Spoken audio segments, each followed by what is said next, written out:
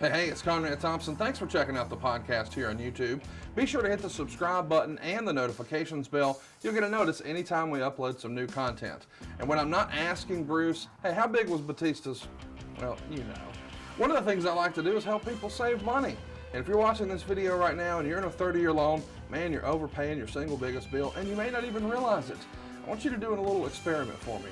Take your calculator out, multiply your monthly house payment by 360 payments. That's how many payments there are on a 30-year loan. That big scary number, that's your total of payments.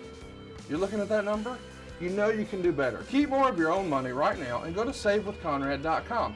Or maybe you've got credit card debt. Man, it's not a matter of if I can save you money with that. Your average interest rate on a credit card is more than 20%. And by the way, all the interest you pay on those credit cards, it's not tax deductible. Whereas the mortgage interest, well, that is tax deductible. So if you owe this debt, it's up to you how to pay it back. Doesn't it make sense to get the cheapest rate possible and the greatest tax deduction possible? Find out how much money you can save right now for free at savewithconrad.com. You don't need perfect credit. Even scores in the 500s can be approved, and it's no cost out of pocket. But maybe best of all, we're licensed in more than 40 states. We can help more families than ever before. But how much can we save you? Find out right now for free with a quick quote from savewithconrad.com. Hey, it's Conrad Thompson, and you're listening to Arn. And of course, we couldn't do it without the Hall of Famer himself, Double A, the enforcer, the founder of the Four Horsemen, the master of the spinebuster. Ladies and gentlemen, Arn. Arn, how are you, kind sir? Not only are you listening, you're now looking at Arn too. What do you think? I like what I see, kind sir. I like the, I don't know that I've ever done. Let's check this out.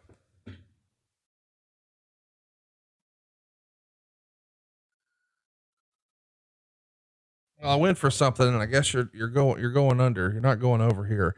We've got an Arn Anderson figure over here on the right, but it's under a pile of rubble. I think that bullshit. That's it. Cut it off. Cut it. I'm tired of being under a pile of anything. I wanted to know, like, how did Michael Hayes get on top of you? How did Lex Luger get on top of you? I don't know how that even happened. I'll tell you, it truly is the end of the world. Well, biblical end of the world, not figuratively. I didn't figure your figure would really mind. I mean, you put them over in real life. What's wrong with putting them over in plastic?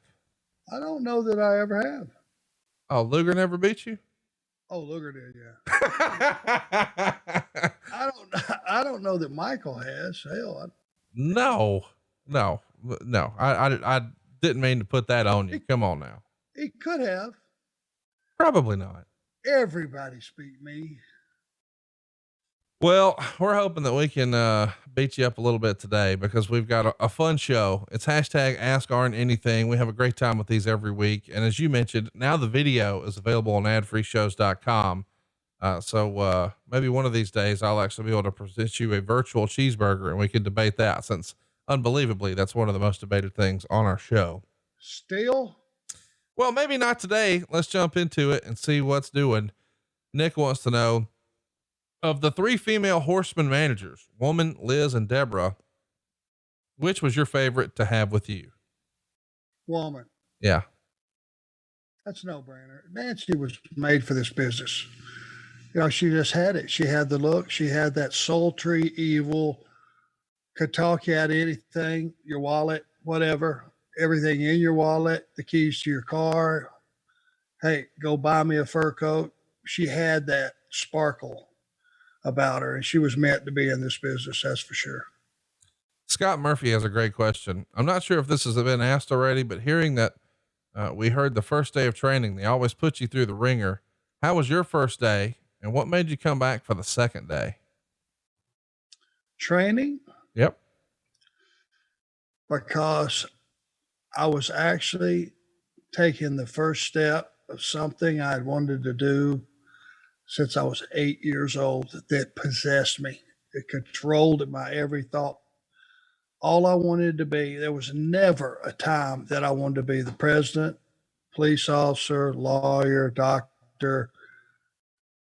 You know, I didn't want to be any of those things, pro football player, pro baseball player, nothing. I wanted to be a wrestler from the time I was 8 years old up until today. I wish today there was some way I could be a wrestler.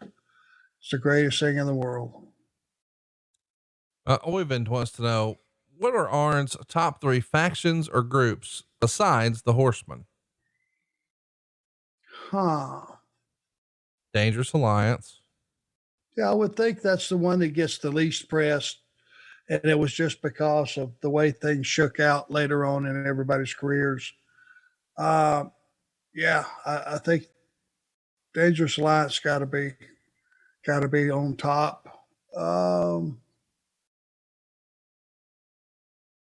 Now, is this ones that I was in? No, or just your favorites. Let's remove Dangerous Alliance and let's just say in general, I mean, listen, a lot of people listening to this are going to expect you to say the NWO and DX. I have a suspicion that's not going to make the list, but let's remove you from the equation. It's not Horseman. It's not Dangerous Alliance. Let's pick 3 others.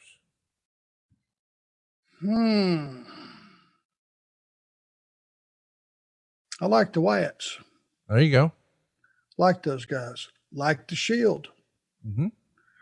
Thought they brought a lot to the table. And just for me being able to sit around and laugh my ass off at Robert Fuller every time I was at work. How about the Stud Stable? Not mad at it. I like it. I am curious.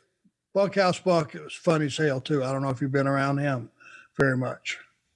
No, believe it or not, that's actually one of the wrestlers that my dad remembers the most. My dad grew up watching wrestling in Montgomery, so it would have been the old Continental. So every now and again, my dad will just be randomly telling an old story about wrestling, and he'll drop a Harley Race reference or occasionally a Jimmy Golden reference. I think Jimmy Golden was one of my favorites of my dad's back in the day. He was, if you've never seen him work as Jimmy Golden, he's a tremendous performer. Babyface, tremendous performer. One of those that you go back and you went, damn, how did I not know about this guy? It's kind of like Jerry Stubbs. Right. Well, because they stayed in the same place the entire time. That's why you don't know. I am curious your opinion of the group Evolution. A lot of people thought that was sort of Triple H's homage to the Four Horsemen with Flair in the sometimes J.J. Dillon role. What do you think of Evolution as a concept? Well, I named them. I do. You know that? I think you've told us that on the show before. I'll probably tell you another time or two, just to be clear. And the goal, I think this goal, this group of guys, there was a decision on, Vince had us all in there when he listened to us. This was back at a time prior to Randy or Batista or Cena getting their push. And he had all this group of new talent that he had brought in and from, the schools and WCW and all that. And he said, who are going to be our stars of tomorrow? Who do you guys think so far that have it? And it was Cena, Randy, and Dave. That's what everyone pretty much agreed on. So Cena was going to be split off by himself. And I think the company saw an opportunity to take Dave and Randy, who needed to have more seasoned talent guiding them, which could be Hunter and Rick. And they saw an opportunity because those guys looked like $1 trillion together when they came through that curtain, all 4 of them, and dressed to the nines. And it was just a good combination of old and new. And you had a chance to get a couple of new guys over really quickly. And I thought that concept worked. I thought those guys worked really well together, and it worked. What about David Esparza here? He says, has Arn or anyone he's ever wrestled with experienced a leg cramp in the middle of a match? If so, what's protocol for getting through it and finishing the match? Well, it would depend on what part of the leg, but it's going to sound funny to you, but let's just say a guy's got a hamstring cramp and he let you know, hey, I got to hang on here. I got a hamstring cramp. I would step on his ankle. I would grab the ankle of the other leg that was cramping and I would stretch it straight up over his head. And you thought I was working on his leg, and what I was doing was stretching his cramp out. There you go. And now that you picture it, it would be easier for you to go, if you had that information, oh, I see what's going on there. Mm-hmm. We take care of each other out there, Conrad. It's like there's a golden rule in our business. I hope it still applies. And it's the reason for the handshake every time you come in the locker room. Even though you saw these guys yesterday and the day before and the day before, and you shook their hand those days, our golden rule is we will go to the ring, we will do our thing, and I will return you to your family in the same condition that I found you, which is safe. That's what we do, take care of each other, or we should. Well said, kind sir. FL4K wants to know, my question is, have you ever worked with Dennis Stamp? He's intrigued me ever since I saw him in Beyond the Mat. He's one of those guys that I used to watch on Chattanooga TV, which made me want to be a wrestler. I remember Dennis Stamp was tremendous. I mean, he wasn't one of my favorites at that particular time, but even then as a kid, I could look at him and go, he's good. That guy's got talent. Kuma wants to know, do you think there's a place for super heavyweights on television wrestling these days? The likes of a Yokozuna or Viscera, 550-pound wrestlers seem more and more rare. This comes to us from Kuma, who, believe it or not, is a wrestler across the pond. He himself is a big boy, looking to be, I don't know, in the 500-pound range. Do you think that we'll see fellas like that in American rings on TV anytime soon? I wouldn't rule it out, but I would suggest there's, if you are looking at this business as an occupation, there's only room for one. Mm. You know, they're kind of in a unique, separate category, you know, and if you get a guy that size, once he's in the ring can move pretty well, then it's impressive. You know, got a big guy moving like that. It's just very difficult to find contests for them because you can't bump them around. Right. Once they go down, it's going to be an issue getting back up, I would think. And you can't have one of those guys just run through your roster. So it's a little problematic, but I would not let anybody discourage me if that was my dream. And I'm not trying to do that with you. Nobody could tell me I couldn't make it. I won't tell you you can't. I'm just saying there are not a lot of slots for a lot of guys that are super heavyweights. KC, the random guy, wants to know if Arn watches Impact Wrestling. If so, who are some of his favorite wrestlers with the company? I know in real life you're pals with Heath Slater, so I'm sure that you've checked out some of his stuff there. Yeah, he hasn't had a chance to get rolling yet. He got hurt almost right away. Did you know that? Yes, he did. And pretty bad. So I think he'll do well there. He's a very talented guy. I got to be honest with you. I don't watch a lot of wrestling. When I'm off, I try to concentrate on just our product and our product alone without getting so many outside influences because we want to be different. AEW, we want to be different than everybody else. And I want to lend my stuff to the right guy to where it enhances his character. And I don't want it to be, well, oh, that's Arn Anderson's influence on the guy. You know, it should be things that help him without being so obvious that it's something that I showed him. So I don't watch a lot of wrestling. Getting back to your question, I'm sorry to say, I'm sure they've got some tremendous talent working there. This is an interesting one because you and I have talked about it, I think off air, but we haven't on air, but we got it a lot of different ways this week. Has Arn seen the Undertaker's appearance on Hot Ones where he referenced Arn as being the greatest technical wrestler he ever saw? I did. And it was sent to me by a friend of mine, Conrad. Otherwise, it might have slipped by. But I guess Taker was himself on this particular interview. Yep. Mark Calloway. It was Mark Calloway, and they asked him who was the best technical wrestler that you ever saw. Now, that was a list of guys that he's worked with from WWF, and then E, that reads like a who's who of the wrestling industry. He could have put anybody's name in that slot, and we would have taken it as gospel. It would have been his opinion, and it would have went, "Wow, yeah, I can see that." Some way, somehow, I don't know, my name came out of his mouth. And if you're a wrestler that's been around the last 38 years, like I have, and you've watched the evolution of the business and the incredible talent that's came in and out, for that man to say that about me is the greatest compliment I've ever had in the history of my life.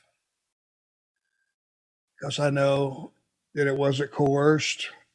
I know that it's what he truly felt. And I'm so honored that he's just said that.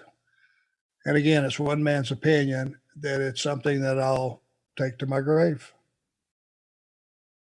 Well, it's a great compliment. Well deserved. And I think everybody who listens to this agrees with that.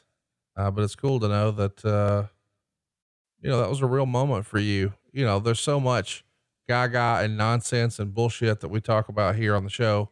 It's cool that, every now and again, we're reminded of the great honor and respect that comes within this same profession that does have a lot of gaga and nonsense and bullshit. But high praise like that from the Undertaker, that's a big deal.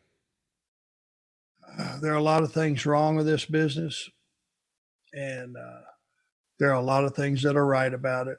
And the way we feel about each other, and the family feeling that is still there in a lot of cases. It just feels good to have something so unexpected fall in your lap like that, because that I have nothing but the most respect and for that man. So it's just incredible. I thank him for that, and that's it. Interesting question here from Matthew. He wants to know, did Arn have a favorite or least favorite guest host for Raw? Once upon a time, as a reminder, they used to bring in celebrities, mainstream names, and they would be the guest host of Raw. And they had a lot of different folks, William Shatner and Betty Davis and Kevin Federline. And boy, they had a lot of silly ones, but there were probably some that were fun and you enjoyed, and others that just for whatever reason rubbed you the wrong way. You got anything? Bob Barker was tremendous. Yes, he was. He absolutely, when the camera wasn't rolling, he was fit right in. He was having a great time, and he was respectful of the business, but he was there. He got it. He was there just to have fun, and he was having fun with the boys, and it was tremendous. I think when Hollywood people come to our shows and their own Raw or SmackDown or whatever the case may be, or WrestleMania, they're in a tough spot, because our fans are there to see wrestlers and wrestling. Would you agree? Yeah. They don't like the Hollywood people coming in. They don't necessarily watch their shows. One that really stood out to me, I couldn't believe it. What is the guy that is married to Sofia Vergara? Is that her name? He's the young guy. He was on like the HBO thing. What was it? First Blood. Played like the werewolf. You know what I'm talking about? Oh yeah. Joe, whatever his name is. Joe Magniola. Or yeah. Good, jacked up, handsome guy, right? Yep. Got a smoking hot wife. Got a great career going for himself, and they booed him out of the building in LA. I couldn't believe it. I went, come on, guys, lighten up. This guy's got it going on, apparently. And it's just, they're going to get a tough shake. So I think probably all of them, William Shatner's been around enough that he's part of the family, I guess, by now, recognized as being, because he's been on the show several times.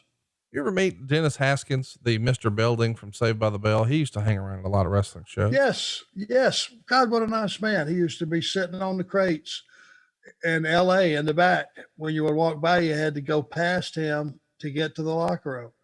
Always a congenial guy. And it was, me, I'm a mark for everything anyway. I'm walking by and I catch him out of the corner of my eye and I went, damn, I know him. I know who that is. And he just stopped me before I got there. He went, hey, Art, so and so, so and so. Oh, okay. God, I knew I recognized that face. But backstage in LA, you're liable to see anybody roaming around back there. Yeah. Pretty much carte blanche. Konzi wants to know, what's the most played song on your phone or MP3 player? It's a great question. Stairway to Heaven. Led Zeppelin. I knew it would be Led Zeppelin, but I don't know that I would have picked that one. That's pretty cool though. It's calming on the whole front of it, and it ends kick ass and wide open. So if that's the thing you're going to listen to, I'll put it on like 5 minutes before I'm going to go to the gym on the ride there, so that last minute is just kicking ass. It gets your blood boiling before you walk in and work out. Serves its purpose. The head booker, Dr. Swift, wants to know, how do Jim Ross and Tony Schiavone treat you now that you have the best show on the Conrad Podcast Network? Oh, Tony still treats me like crap, curses me at every opportunity. JR's the same, always respectful, funny, glad to be where he is, glad to see that I'm where I'm at. And, that's about it, I guess. Neil wants to know, Arn, did you ever smell Vader's mask? I smelt him. I'm not sure what part of him it was, but it stanked. Whew. Leon was not one for washing his gear at night. Hate to say it about the fella, but I'm sure I'm not the first person to divulge this.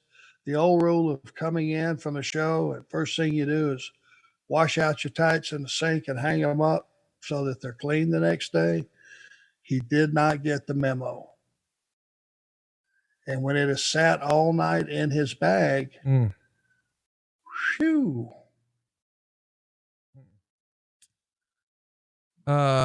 Use a hoe. Wow, what a name. Wants to know What'd you call me? Why? You said I'm a hoe? No, I'm married forever. No hoe here. That's a t-shirt. No hoe here. Oh yeah. Instead of ho, ho, ho, no ho here. Who's got the second best spine buster in the business? Nobody. Thank you. Floyd Digga wants to know, who do you feel was the best television champion if you couldn't include yourself? I believe you're the best TV champion, but not to say you. I would probably go with Booker T.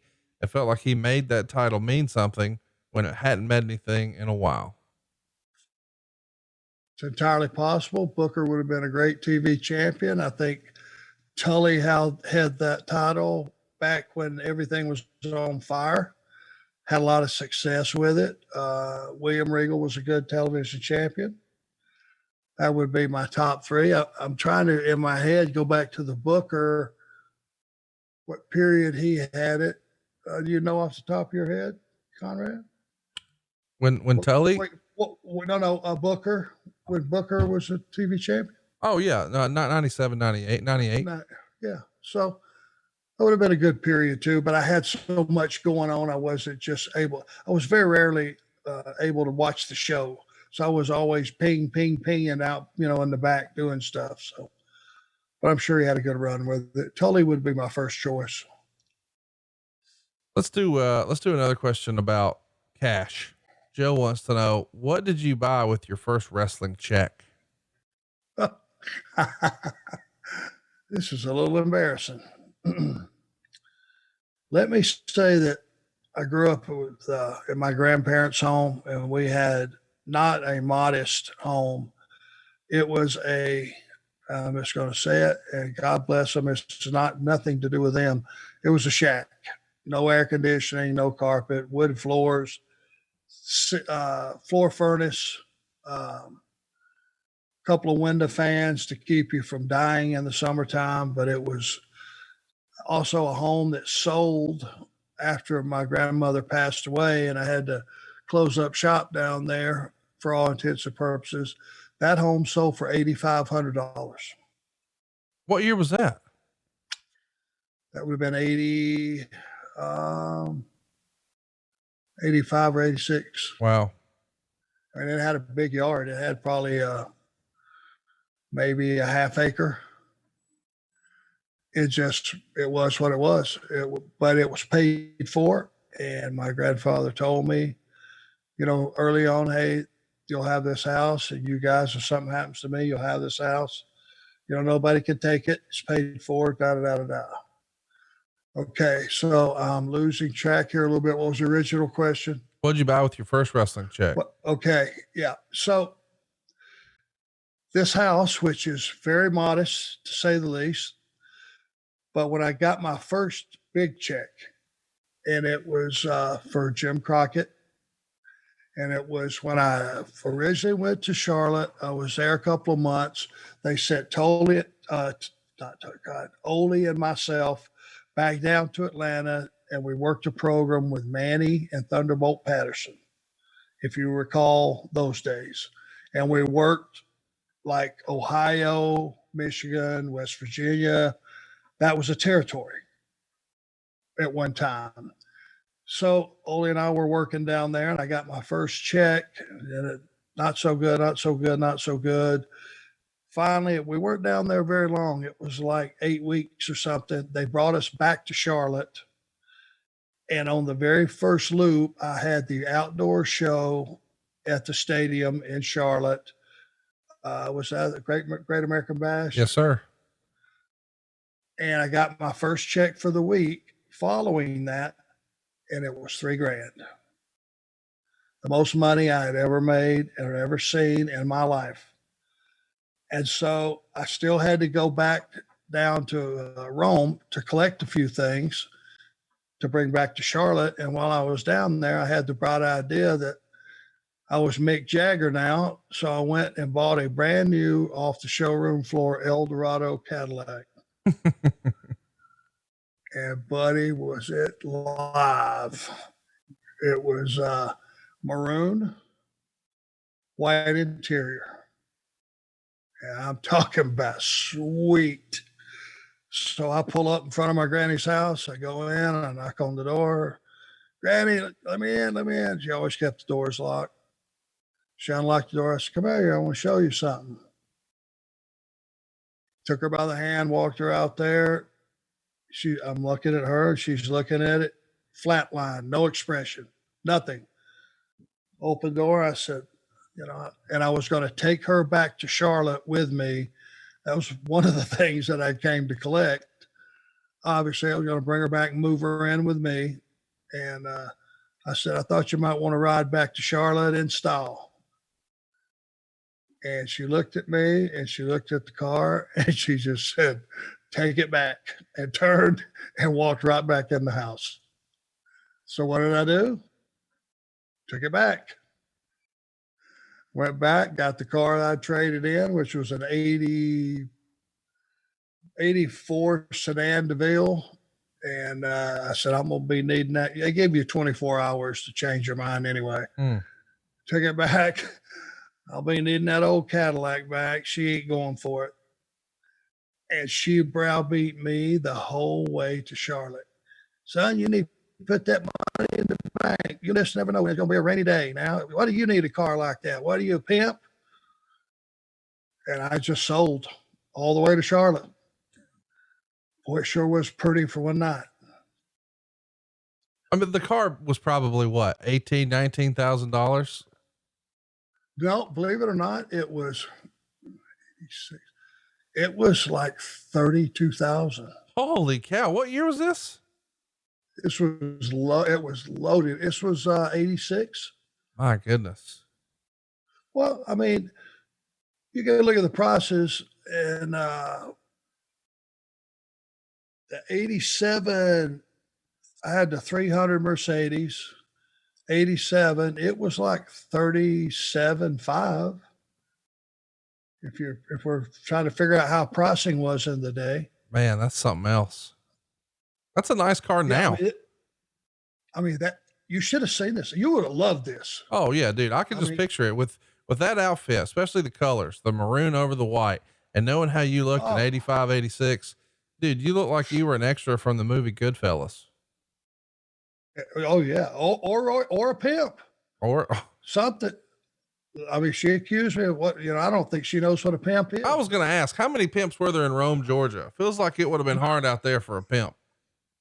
Furthermore, how would my granny have got knowledge of it? She didn't watch TV. That's a great call. That's a great call. I mean, what the hell? She don't know what a pimp is. Just sounded good at the time in her promo. I don't know. It feels like to me, like the only pimping happened in Rome, Georgia is on farmersonly.com. I just, can't imagine there's a big downtown scene in Rome, Georgia with hookers at the point. Well, which is probably why that car, which, was on the showroom floor, that was the feature vehicle. There's probably only room for one of them. Right? Yeah. They saw me coming. I had that check in my back pocket. Shit, I thought I was damn Liberace or something. How much shit did they try to give you when you tried to take it back? Automatically, some foreigner. Here's what will happen. Since you reneged on our contract, we'll take the car back and you'll have to continue taking the payments every month. I said, pal, did you just say that you're going to get the car back and I'm still going to have to pay for it? Well, in the you broke our agreement. I said, I'm fixing to break your nose. Here's the keys. Give me my keys. I'm out of here.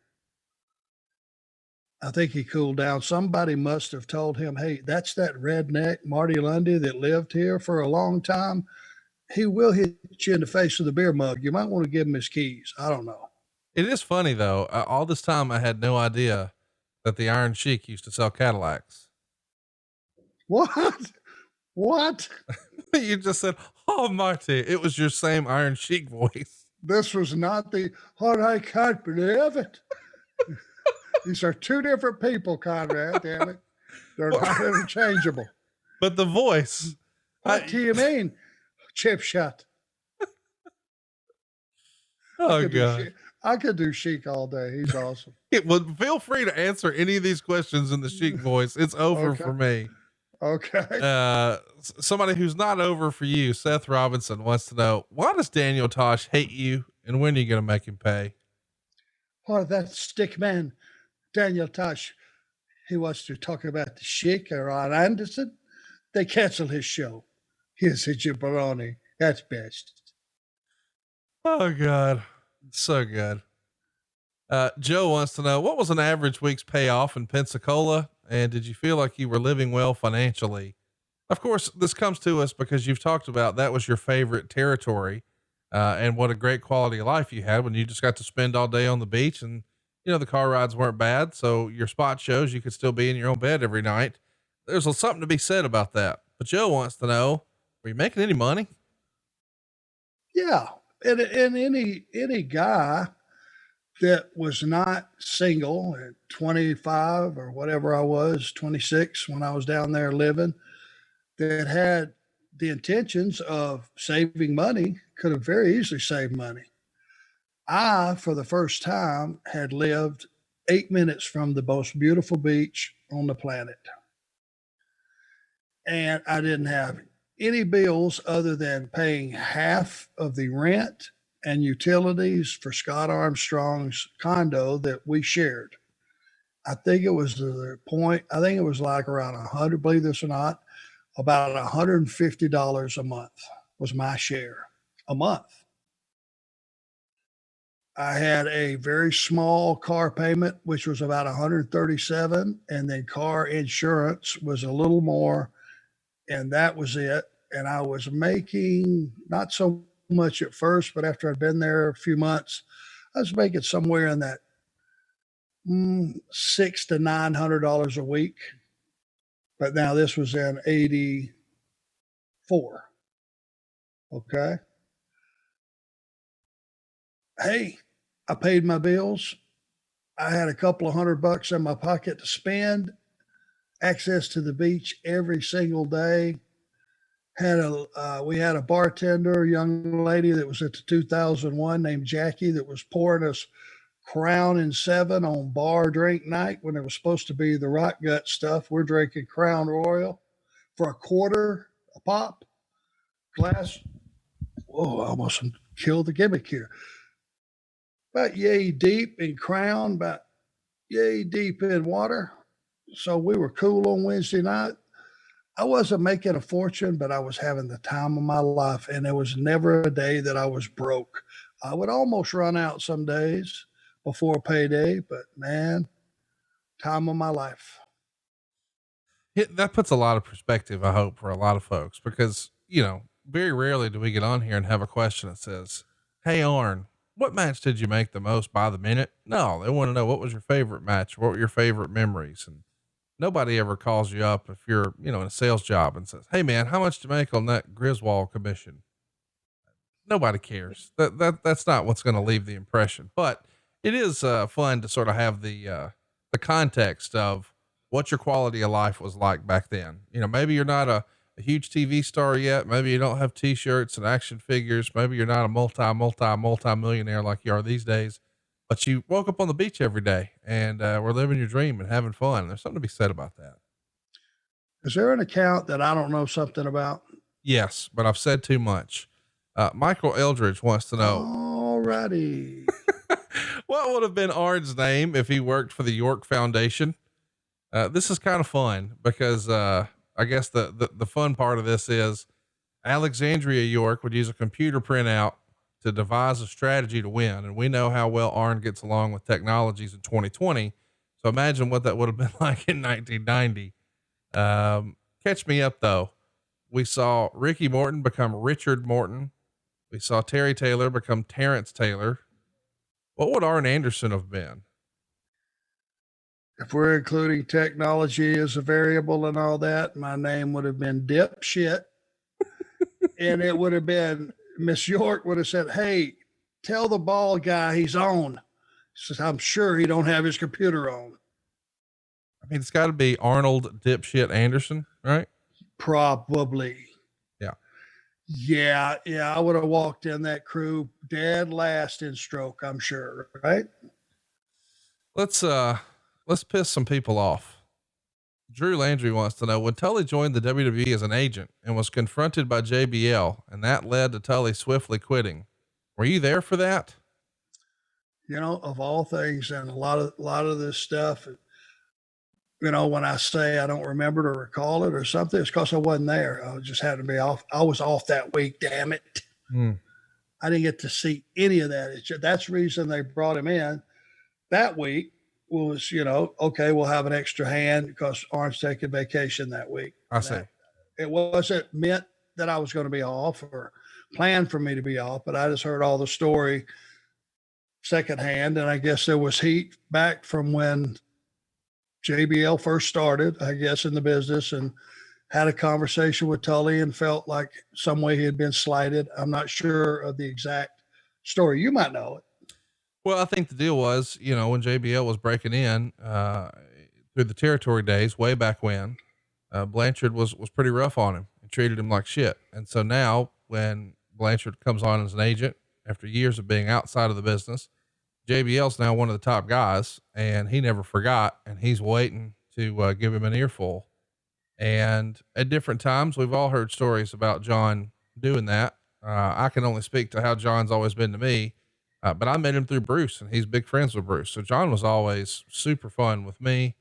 And I've had super pleasant experiences with Tully too. I had Tully at multiple Starcasts, and man, he was like a dream to work with. So if and when the world gets back to normal and you're thinking about, should we or shouldn't we book Tully Blanchard? The answer is yes. You will not meet a more professional guy who's going to do more for the fans. He's just a class act. So to see these guys go at it, and have some disagreements, knowing what we know about them, the sort of darker side of their personalities, I would imagine that could have been a pretty combustible moment, but Tully eventually throws his hands up and says, nope, I'm done with this shit. I'm out of here. You're friends with both guys. What was Tully's report to you after the fact? We've never talked about it. Tully is not the guy that he was, Right.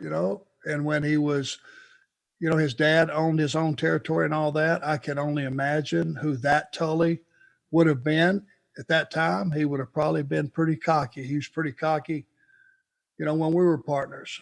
And, I had a big mouth too. I'm sure we both said a lot of things that probably outside of the locker room environment would have been, hey, what the hell's the matter with those two assholes? So, we've all been there. I know John, a lot of John is huff and puff and blow the house down. Right. He's not as vicious a prick as some of the stories have labeled him as, but he will pick at guys, and he will pick at, guys. He's a little bit old school in the fact that if you're going to be in our business, you should earn your way in. So writers would be in the crosshairs, you know what I'm saying? Guys that get in the business too easy and, don't respect the fact that they made it to that company and treat it properly. He's probably leans on those people pretty heavy too. But I think it was just one of those things that it had been percolating in Bradshaw for a long time, and he had to get it out. I don't know if the work environment's the place to do it, but who knows? Wasn't there, don't know the conversation, but everybody lived through it. So there Yeah. you are. There you are. Everybody did live through it. Michael Eldridge wants to know, was Arn sad that Jim Crockett Promotions went out of business? Yeah. If he'd have made a couple of the right decisions, he'd still be in business.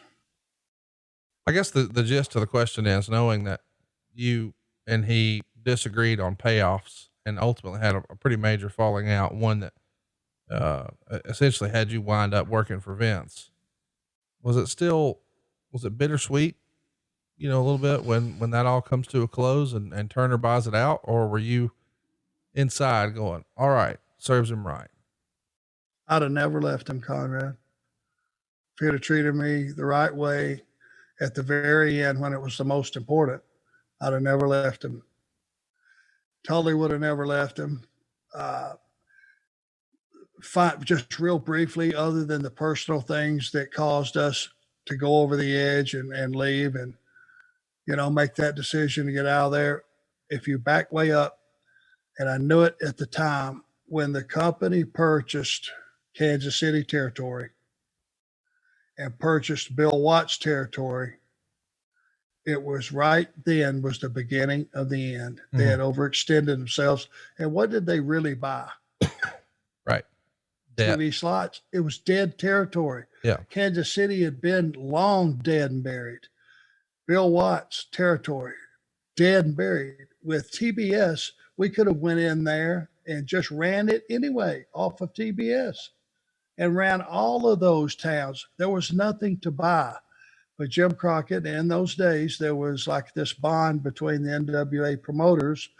If you went in and ran a town that was another company's, or another territory's town, there was a kickback to the people that owned that territory. If you ran their town, they got part of the gate. It was an understood deal. And there was this bond between those guys. So Jimmy felt like he had to pay Watts. And I don't know if it was Bob Geigel or who he paid for Kansas City, but we heard stories of millions of dollars that he spent to buy nothing. Right. That was the biggest mistake and the downfall of Jim Crockett Promotions. When he purchased those darn money it cost. All those guys had to move out there, especially Kansas City. They all moved out there. They weren't making any money. It was like it was a startup wrestling company. Right. And it wasn't the A team. No disrespect to anybody they sent out there, but you look at the cards, it was a B-town B card. And the fans knew it because they would see the advertisement on TBS. You remember, tonight in Orlando, Florida. Also, Sumter, South Carolina.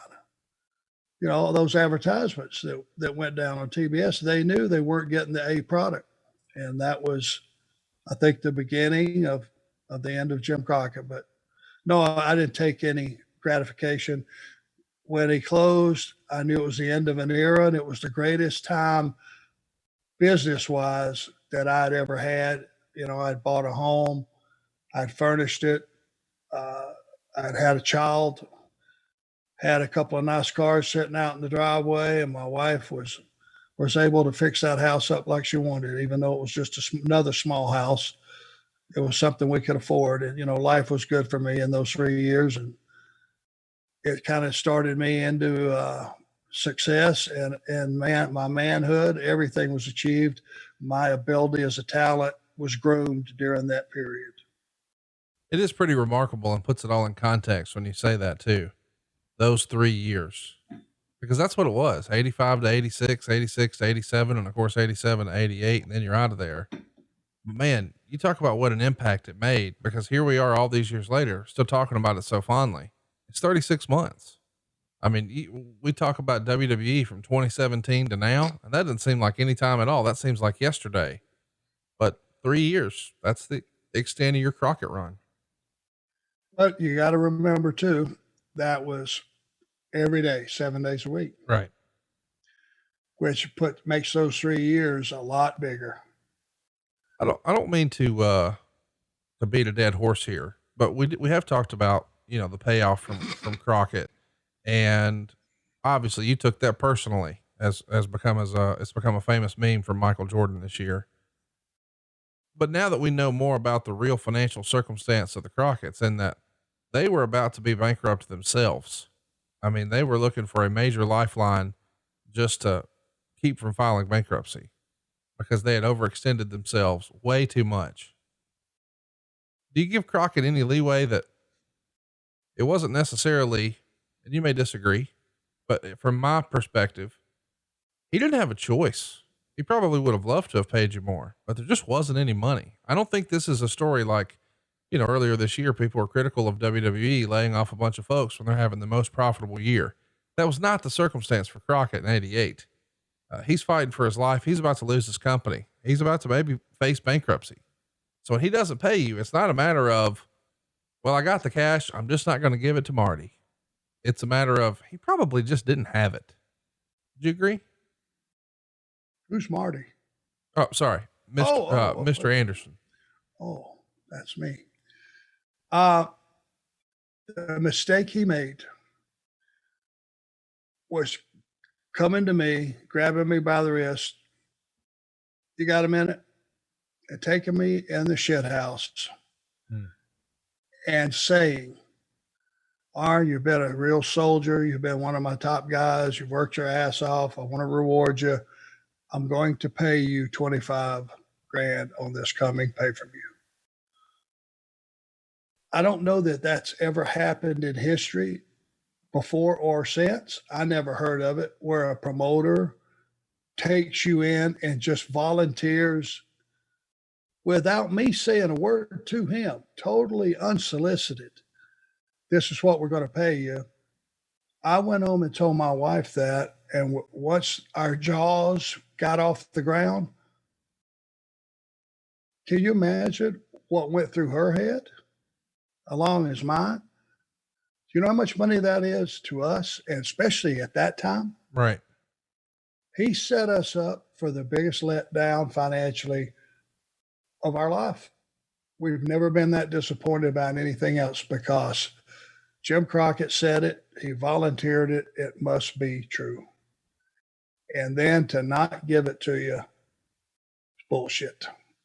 If he had never said anything, right, I would have looked at that payoff that I got and went, damn, that's a pretty damn good payoff. Right. That'd be in half of it. That was the mistake that he made with me. He set me up for a huge fall that was unnecessary because he had to know by then it was going to be hit and miss. Now, I don't know when that conversation had, but I think but I think we're still talking about Starrcade 87, the pay-per-view that Vince McMahon single-handedly torpedoed, right? For some reason, I want to think it was the one that was the pay-per-view that we had in up in New York. Oh, so it was the bunkhouse deal, which he again counter programmed with the Royal Rumble for free on USA. My point is, I think in order to be, and listen, we're going to get beat up about this no matter what, but I'm glad we're having the discussion. We'll get to more questions later or in 2 weeks because this is good stuff. But hypothetically, I think in order to be a promoter, you've got to be an optimist. Like there aren't pessimistic promoters, because if you're a negative promoter, you'd never put your own money on the line and hope that people are going to come. You'd come up with all the reasons it wouldn't work and you'd never run a show. So you've got to be a bit of an optimist. And I just assume that after he felt like if it was the bunkhouse show, okay, Vince got over on me on this Starcade show, totally killed my pay-per-view, but now I know the pay-per-view companies are on my side. They're not letting him pull that bull. And I'm going to get to run my real pay-per-view show in January unopposed. And then of course he got backdoored and Vince gave away the Royal Rumble, invented the Royal Rumble, and then gave it away for free on the USA Network to torpedo the second straight pay-per-view. He's probably at a loss for, how do I turn a profit here? I mean, clearly he's about to lose his company too. I wonder when that conversation was had, if he knew he was going to be counter programmed, if he really was well-intentioned and best intentioned, and then the money just wasn't there. Not because the show wasn't interesting or wasn't good, or he didn't have his best efforts, but because Vince McMahon counter programmed him. And once again, had that trump card of, oh, you got a pay show? Well, I'll do a free one. Same time. Let's see who wins.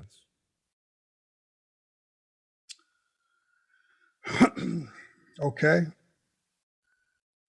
All he would have had to have done again, like I said, I would have never left him. Come to me, say, I spoke too soon. Let me tell you what happened. He didn't do that, you're saying? No. Okay. Well, that's the difference. If we're going to be transparent and you're going to be forthright and you can come have a conversation and say, no, Arn, when we talked, this is what I had in mind. Here's what Vince has done to us. Here was my projection. Here's what it actually was. I want to take care of you as best I can, but there's nothing left here. Please stick with me. Yeah. If he would have said, please stick with me. I gave him 3 years of my life, Conrad, and there's not a day, 336 days, was a count maybe in 86 or 87 of days. That doesn't mean matches. We had 2 matches on Saturday, sometimes 2 on Sunday. I don't know how many matches, but I gave that company everything I had. It was part of the most successful thing that they've ever had. Yep. In their existence. They can hang their hat on the 4 Horsemen, period. Forget all the other stars. Will you just take that alone? We made our contribution and we went out there every single night and busted our ass. No questions asked. Whatever you needed, we were there. A 5-minute conversation like you just laid out, and I would have never left.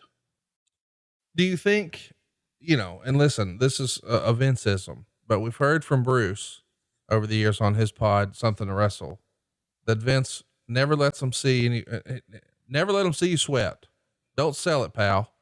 So if business is bad and, the XFL just lost billions of dollars, he's at work the next day doing what he would normally do, like nothing happened. Do you think part of being a promoter is you don't focus on the negativity and maybe to sit down and admit he was licked by Vince McMahon to you just wasn't in him? Or did you take it as just, and I think this is normal, incredibly disrespectful that you say one thing and then you do another and there's no explanation. So even if you could sort of put 2 and 2 together, if he's not man enough to come explain that to me, or doesn't think that I deserve that, I'm out of here. Per the conversation that he had to set it up when he told me what he was going to give me. Yeah. He got the most personal with me that he had ever gotten. Jimmy, if you've been around him, is just stoic. Mm-hmm. I never got to know Jimmy Crockett. I don't think anybody that worked for him got to know him with the exception of Dusty and Rick. Yeah. the real Jimmy Crockett.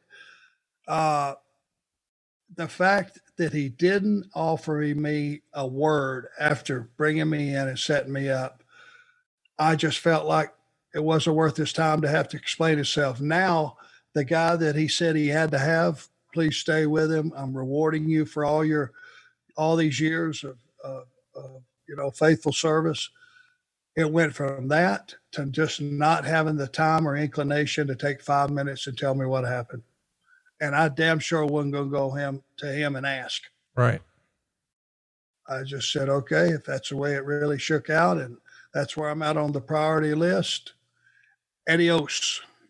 It's a shame that ego tore it down like that.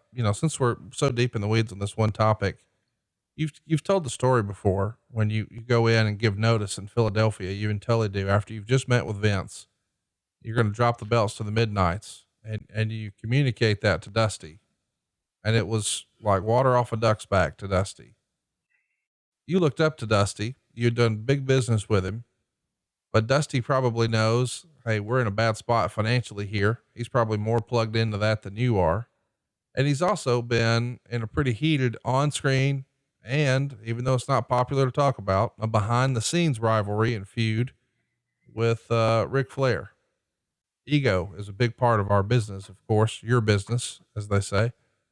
Chat me up. Did you feel like when Dusty doesn't have a bigger response that you had certainly made the right decision? I mean, he knew Jimmy, but you didn't feel comfortable enough, even though you had worked with him and trusted your body with him. You didn't feel comfortable enough to just sit down and have a conversation about, hey man, here's what's going on. They told me it was going to be this, and now it's that. What's the real deal? What's going on with Jimmy? You couldn't really have that type of conversation with Dusty at the time because of your relationship with Rick and his strained relationship with Rick? Or what was the dynamic there with you and Dusty when you do give notice? No, their relationship had nothing to do with it. And by the way, it's our business now. You've earned your way in, kiddo. You can now say it's our business, not your business. Well, I appreciate you saying that, but JBL hadn't hazed me yet, so I don't know that I'm official. That's a joke. No, I'm just sitting here in horror of what he had in mind. I don't want to know. No, I don't either. So if you get through it and everything somehow down the road, months away, you live, let me know what happened. I'll do it. I did respect Dusty, and I was a fan of Dusty's, and I was a mark for Dusty, and Dusty, till the day he died, was a big star in my eyes. And he had, the fact is, Dusty bought me in. He booked me. He kept me booked. He wrote my name down and all those A towns. He was responsible for me making the living that I made, which was damn good. Those 3 years I was at Crockett. More than my wildest dreams. A guy from Rome, Georgia should never make that much money. Even though a lot of guys were making a lot more, I was not lost on the fact that, hey, what are you worth out there in the real market? Not a whole hell of a lot, but you're doing pretty damn good here. The reason I think Dusty had to play hands off is when we did put in our notice. I'm not sure he was 100% that, that night we were going to do what we're going to do, but I'm not sure that after we slept on it, we wouldn't be there the next day and have a conversation with him and go, hey, maybe we were a little hasty. Pretty good spot we're walking out on. You know what I mean? Yeah. Didn't suck. But I think he had to back Jimmy. He had to be strong in the face of unity with Jimmy, I think. They couldn't let the other talent know that it even bothered them that we had left the company, because if they overreacted, what does that make the other talent feel about how they're perceived? Right. I think you slight them if he would have overreacted. So I think he handled it in a nonchalant way. Hey, it was probably something like, hey, baby, I'll make more stars. And he meant that. He meant he would. As it shook out, and Tom pretty much told the story, it's not that easy to replace Tully Blanchard and Arn Anderson. No, it is not. So everybody acted appropriately to what they had to do business-wise, and like I said, the fix could have been very simple. Well, I'm glad we got to the bottom of it and we got to talk about it in more long form. I've always been fascinated by that Horseman run and that Crockett run that you had. And I don't know, it feels like it was a lot longer than 3 years, and it sort of knocks my socks off to hear you just casually mention that, but you're exactly right. And then to know that it all came to an end based on, you know, essentially, and I've never talked to Mr. Crockett about that, but it feels like it came down to just ego. If he would have just been honest and said, "Hey man, I want to, but I can't. And here's why." Maybe we could have kept the band together and it would have been pretty interesting to see what 1989 looked like for you guys there. Not just your side, but the Tully thing. I mean, can you imagine, not to armchair quarterback, but when he leaves, his life is never the same ever again. Like his career trajectory changed forever. And, a series of events got us there, but leaving was probably step one in that direction, right? Yep. Yeah. I would suggest, because it eliminates your options. When you leave there, you can't turn around and go right back. Even if they would have stayed in business, you can't go back there. Leaving under those circumstances. It's like when I left WWF at the time, and I went in to have my first meeting with Jim Hurd, and he said, "If you're not happy with I understand. I'm gonna cut your money. Da da da da da. I understand, or if you're not happy, you want to go back to Vince."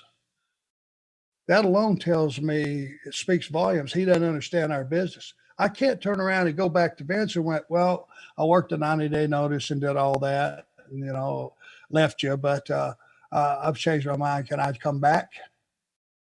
That don't happen. Right. "Oh, yes. Well, you had a change of heart. We'll welcome you back with open arms." I'd have been putting the guy that sweeps up the hot dog wrappers at 2 a.m. in the arenas, I'd have been putting him over 2 straight on TV. That's how you fix that.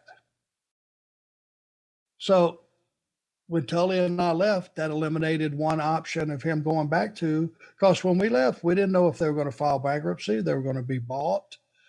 We didn't know what it was going to become. Maybe another option, they were going to get a bailout of some sort. Who knows? But during that particular time, there wasn't a lot of places you could go and make the money we were making. It was, and Jimmy Crockett could have taken this stance too, Conrad, because I know how the business world is. If he would have looked at me and went, "Hey, Arn, Jesus Christ, you know how much money you made the last 3 years? You know how much you made a year? Don't you consider that, treating you right?" He could have went that slant. I wouldn't have had a leg to stand on. It's the way he handled it. Because every dime of that money I earned, and that would have been my retort. "Hey, yeah, I know how much I made. Also know I earned every dime of it." Yep. So don't hit me with that bullshit. We earned our money. And it's just one of those things. And it was, like you said with Tully, man, it was the beginning of the end virtually of his time in the business. It's so crazy to think too. I mean, just recently, Tony Schiavone and I sat down and watched that dreaded Heroes of Wrestling pay-per-view for Mississippi in '99. And Tully worked with Stan Lane there. And Tully was in as good a shape as he ever was before, and cut a promo beforehand that had to be one of the best promos of the year in 1999. And this is a guy who had been out of the business for years at that point, and it all changed. It's such a weird story that Tully has. And it really is a shame, because this is a guy who was a major player inside and outside the ring, and his career was cut short, but we can see him every week now on Wednesday nights on AEW. And we hope you guys are tuning in every week, not only to see Tully, not only to see Arn, but to see JR and Tony and all of our friends here. We're having a lot of fun with this show, and, man, we're home stretching to Christmas, and I'm excited that we got to do these shows this year, Arn. A lot of people were really counting on us to get them through a tough time. It's been a challenging year for a lot of people, and we've been a fun escape. But if I'm honest with you, it's been a fun escape for me this year, just talking old wrestling with you. And you as well, my friend. You become a good friend of mine, one of my best, to be honest with you. One thing I meant to do on the last taping we had, and I forgot to do, and this is not me shilling because that's not what I do, but there's some folks at Mugsy Jeans Oh that a yeah. guy that a guy like you and a guy like me, let's just face it, as we get a little older, we're just a small touch rotund.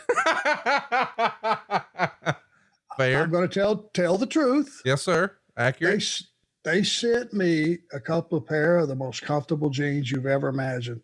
They're those stretch jeans, not skinny jeans, stretch jeans. I got you. For guys, like me and you that got to go follow our wife around the mall occasionally and walk and do some things and be mobile and get around and do all that. They're the most comfortable things in the world. And I just wanted to thank them for sending them to me. Well, you got to get you a couple pair of them. They're awesome. It's like pajamas. And by the way, this is not a commercial. This is Arn just putting over a brand he really likes. It was funny because I forgot to mention it too, but when you first got them, you sent me a text and you said, "What do you know about Mugsy?" And I thought you meant like Bogues, like the basketball player. And you're like, "No, jeans, Nimrod. These are awesome." So yeah, shout out from Arn here for Mugsy Jeans. Appreciate whoever's listening and hooking up the enforcer with the most comfortable jeans he needs when he's, thinking about spinebusters in the mall. Or, hey, you never know on a show when that may come up and I need to have something I can move in. If I happen to have them on, I'm good. Worst thing in the world, hit a spine buster and bust the ass out of your pants. Going to lose a little intensity there, I think. That would be hilarious. I think it's happened to a friend of the show, Mr. Rory Fox, before. Listen, this was fun. We got a little sidetracked on Jim Crockett stuff, but it was a lot of fun to do. And we hope you'll be back with us next week. We're going to be covering TLC 2015, which was quite the show. There's a lot to unpack about 2015 WWE. There's lots of guys who are no longer there who are on that card, but it was a pretty good show. So watch it and then check us out here next week. It's every Tuesday. It's Arn. Hey, it's Conrad Thompson. Thanks for checking out the podcast here on YouTube. Be sure to hit the subscribe button and the notifications bell so you get a notice anytime we upload some new content. And go save yourself some money right now. If you're in a 30-year loan or you have credit card debt, it's not a matter of if I can save you money. It's a matter of how much. Find out right now for free at SaveWithConrad.com.